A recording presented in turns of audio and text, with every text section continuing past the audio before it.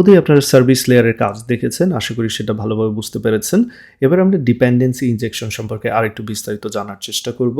Dependency injection খুবই important, specially এটি decoupling এ সাহায্য করে। তো এখানে ডিকাপলিং বলতে বোঝাচ্ছি একটি ক্লাস অন্য একটি ক্লাসের উপর নির্ভরশীলতা কমাতে ডিপেন্ডেন্সি ইনজেকশন ব্যবহার করা যায়। তো সেটা আমি এখানে দেখানোর চেষ্টা করছি। আমাদের যে কন্ট্রোলার রয়েছে, কন্ট্রোলার একটি ক্লাস, ডেফিনেটলি আপনারা সেটা জানেন, এবং যদি উপরের দিকে চলে যাই দেখতে পাচ্ছেন কন্ট্রোলার ক্লাসটি এই মুহূর্তে ক্যাটাগরি সার্ভিস যে ক্লাসটা রয়েছে তার উপর নির্ভরশীল। তো এইখানে আমরা যেটা করতে পারি, এই নির্ভরশীলতা আমরা এখানে কমাতে পারি ডিপেন্ডেন্সি ইনজেকশনের মাধ্যমে। মূলত একটা ইন্টারফেস তৈরি করতে পারি। সো পুরো ক্লাসের উপর নির্ভরশীল করার চেয়ে জাস্ট একটা অ্যাবস্ট্রাক্ট ইন্টারফেসের উপর নির্ভরশীলতা এখানে আরও বেটার অপশন। তো সেটা কিভাবে করতে হয় আমি আপনাদের দেখাচ্ছি। যে কাজটা করতে হবে, আমাদের একটি ফোল্ডার তৈরি করে নিতে হবে। এখানে নাম দিয়ে দিচ্ছি রিপোজিটরি। তো এটাকে বলা হয় রিপোজিটরি প্যাটার্ন। আপনারা যে কোনো নাম দিতে পারেন, এখানে কোনো সমস্যা নেই। আমি দিচ্ছি রিপোজিটরি। ইট ডাজন্ট মিন আপনাদেরও রিপোজিটরি দিতে হবে, ওকে? তো এই রিপোজিটরি না দিয়ে অনেকে ইন্টারফেসেসও দিয়ে থাকেন, সেক্ষেত্রে আপনারাও ইন্টারফেসেস দিতে পারেন। বাট আমরা যেই প্যাটার্নটা ফলো করতে যাচ্ছি সেই প্যাটার্নটা হচ্ছে রিপোজিটরি প্যাটার্ন। অর্থাৎ একটা ইন্টারফেস তৈরি করব, সেই ইন্টারফেস মূলত সার্ভিসের অ্যাবস্ট্রাক্ট লেভেলটাকে ডিফাইন করে দেবে। অর্থাৎ একটা সার্ভিসে কী কী থাকবে সেটা ডিফাইন করে দেবে, অ্যান্ড দেন সেই সার্ভিসটাকে মূলত আমরা সেই ইন্টারফেসটাকে মূলত এখানে আমরা ইউজ করবো। সো পুরো সার্ভিস ক্লাসটাকে ইউজ না করে যে ইন্টারফেসটা আপার লেভেলে সার্ভিসটাকে মূলত টেমপ্লেট হিসেবে প্রেজেন্ট করবে সেটাকেই আমরা ব্যবহার করব। তো জিনিসটা আরও ক্লিয়ার হয়ে যাবে, আমি আপনাদের এখানে দেখাচ্ছি। চলুন আমরা একটা ইন্টারফেস এখানে তৈরি করে নেই। নিউ সি শার্প, এখানে আমি ইন্টারফেস তৈরি করছি। আপনারা ম্যানুয়ালি এই কাজটা করতে পারেন। নাম দিয়ে দিচ্ছি ইন্টারফেস ক্যাটেগরি সার্ভিস। আপনারা যে কোনো কিছু দিতে পারেন, বাট এখানে মিনিংফুল হওয়াটা জরুরি। ওকে, এবার এই ইন্টারফেস ক্যাটেগরি সার্ভিসে মূলত কী থাকবে, তবে তার আগে আমি এখানে একটা জিনিস ফিক্স করে নিই। যে নামটা আমি দিয়েছি সিটা ক্যাপিটাল দিয়ে শুরু করতে যাচ্ছি ক্যামল কেসিংয়ের জন্য, এবং এখানেও এক্স্যাক্টলি সিমিলার কাজটা করবো। এখানে আমি ক্যাপিটাল দিয়ে দিচ্ছি, ওকে? That's all. এবার আমাদের যে কাজটা করতে হবে, এই ক্যাটাগরি সার্ভিস, এই যে একটা ইন্টারফেস তৈরি করলাম, এটা মূলত পুরো ক্যাটাগরি সার্ভিসে আমরা যে কাজটা করছি তার একটা অ্যাবস্ট্রাক্ট ভিউ দেওয়ার চেষ্টা করবে। তো আপনারা যদি এখানে চলে আসেন, চলুন আমরা দেখি সার্ভিসে কি করছি। প্রথমেই এখানে একটি ফাংশন রয়েছে যেটা কিনা সবগুলো ক্যাটাগরিজকে রিটার্ন করছে। তো এখান থেকে এটাকে কপি করে নিয়ে গেলাম, আমি ক্যাটাগরি এখানে ইন্টারফেস সার্ভিসে নিয়ে আসলাম, এবং এইখানে এই যে এই জায়গায় পেস্ট করে দিচ্ছি। তো অবশ্যই এটাকে আমার কি করতে হবে, এখানে ইম্পোর্ট করে নিতে হবে ক্যাটাগরি রিড ডিটিওটাকে। তো এখানে কি করা হচ্ছে একটু বোঝার চেষ্টা করতে হবে। এখানে আমাদের এখানে পাবলিকের কোনো দরকার নেই, এটা সরিয়ে নিচ্ছি। তো এটা আমরা ডিফাইন করে দিচ্ছি যে একটা ইন্টারফেস, সেই ইন্টারফেস হচ্ছে ইন্টারফেস ক্যাটাগরি সার্ভিস, তার কাজ হচ্ছে সবগুলো ক্যাটাগরিজকে রিটার্ন করা। হোপফুলি এই জিনিসটা আমরা এখান থেকে বুঝতে পেরেছি। এক্স্যাক্টলি সেম কাজ, আমাকে যেতে হবে সার্ভিসে, কয়েকবার কপি পেস্ট করতে হবে। এই যে এটাকে আমরা কপি করে নিচ্ছি এবং এইখানে আমরা পেস্ট করে দিচ্ছি, অ্যান্ড দেন সেমিকোলন দিয়ে এখানে শেষ করে দেবো ফর শর্ট। তো চলুন এখানে সেমিকোলন দিয়ে এটাকে আমরা ক্লোজ করে দিচ্ছি, অ্যান্ড দেন এখানে পাবলিকের কোনো দরকার নেই, এখান থেকে সরিয়ে দিচ্ছি। ক্যাটাগরি রিড ডিটিওটাকে আমাদের ইম্পোর্ট করতে হবে, তো আমরা ক্যাটাগরি রিড ডিটিওটাকে ইম্পোর্ট করে নিলাম। তো এরকম এক একে সবগুলোকে আমার কী করতে হবে, ডিফাইন করে দিতে হবে এইখানে, ওকে? তো চলুন কন্টিনিউ করি।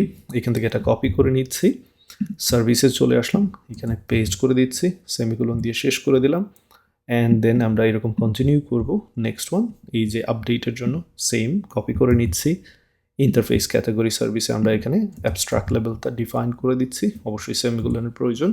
And finally the last one, ডিলিটের কাজটাও আমাদের এখান থেকে কপি করে নিচ্ছি, ডেফিনেশনটা কপি করে এখানে আমরা ইন্টারফেসে জাস্ট পেস্ট করে দিচ্ছি। That's all.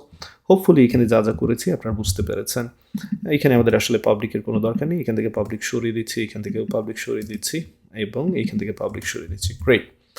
সো এবার আমরা এখানে যে কাজটা করব, আমরা এটাকে রান করার চেষ্টা করব। তবে রান করার পূর্বে এই যে ইন্টারফেসটা আমরা তৈরি করলাম, কেন, উদ্দেশ্যটা কি আমাদের ইন্টারফেস তৈরি করার?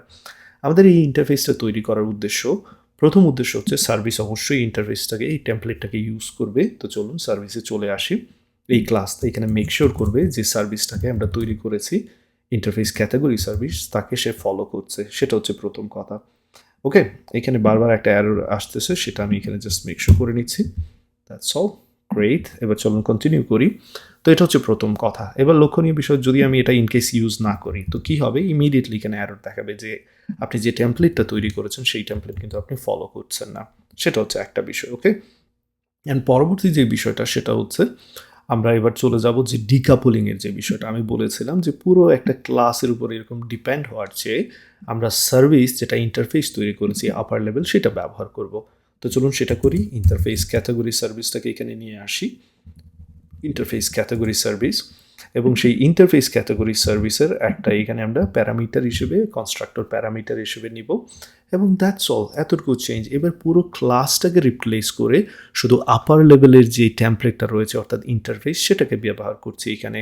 তো এই ধরনের ডিপেন্ডেন্সি ইনজেকশনকে কনস্ট্রাক্টর ডিপেন্ডেন্সি ইনজেকশন বলা হয়। আশা করি এতটুকু বুঝতে পেরেছেন এবং এবার আপনার অন্য একটা ক্লাসের উপর নির্ভরশীলতা কিন্তু পুরোপুরি কমে গেল এবং হোপফুলি এটা এখান থেকে আপনারা খুব ভালোভাবে বুঝতে পেরেছেন। তো এবার চলুন আমরা যে কাজটা করব, এবার আমরা program.cs ফাইলে আমাদের যে কাজটা করতে হবে এখানে রেজিস্টার করতে হবে, যেহেতু আমরা নতুন একটা এখানে কি করেছি ইন্টারফেস তৈরি করেছি। তো সেই কাজটা আমরা আবার বলে দেব program.css ফাইলে যে আমাদের নতুন যেটা তৈরি করা হলো সেইটা এখানে বলে দিচ্ছি। এক্ষেত্রে আমাদের অ্যাড স্কোপ এটা ব্যবহার করতে হবে এবং এইখানে আমাদের এবার ইন্টারফেস ক্যাটাগরি সার্ভিসটাকে প্রোভাইড করতে হবে এবং এই ইন্টারফেস ক্যাটাগরি সার্ভিসটা কার সাথে লিঙ্ক করা আছে, আমাদের ক্যাটাগরি সার্ভিসের সাথে। তো এতটুকু কাজ এখান থেকে আমাদের করে নিতে হবে। এবার আমরা রান করে দেখব, চলুন এটা কাজ করে কিনা। সেই জন্য আমি চলে আসছি এখানে আবারও এবং এখান থেকে রান করব। এখান থেকে যা যা আছে সব কিছু ক্লোজ করে দিচ্ছি, রিস্টার্ট করে দিচ্ছি এবং হোপফুলি সব কিছু ঠিকঠাক লাগলে এটা পারফেক্টলি রান হবে। সো আশা করি এখানে যে ডিকাপলিংয়ের বিষয়টা বা রেজিস্টারি যে প্যাটার্নটা সেটা এখান থেকে আপনারা খুব ভালোভাবে বুঝতে পেরেছেন। তো দেখা যাচ্ছে সব কিছু ঠিকঠাক মতো রান হচ্ছে, আমরা টেস্ট করতে পারি। চলুন যে কাজটা করি, প্রথমে আমি এখানে একটি ক্যাটাগরি তৈরি করে নিই। ক্যাটাগরি তৈরি হচ্ছে দেখা যাচ্ছে। এবার আমরা ক্যাটাগরি সবগুলোকে রিড করে নেই, সেন্ড রিকোয়েস্ট দিচ্ছি এবং দেখা যাচ্ছে এখানে ক্যাটাগরি রিটার্ন করছে। সো আশা করি এতটুকু নিশ্চয়ই আপনারা বুঝতে পেরেছেন যে কীভাবে এখানে কাজ করছে।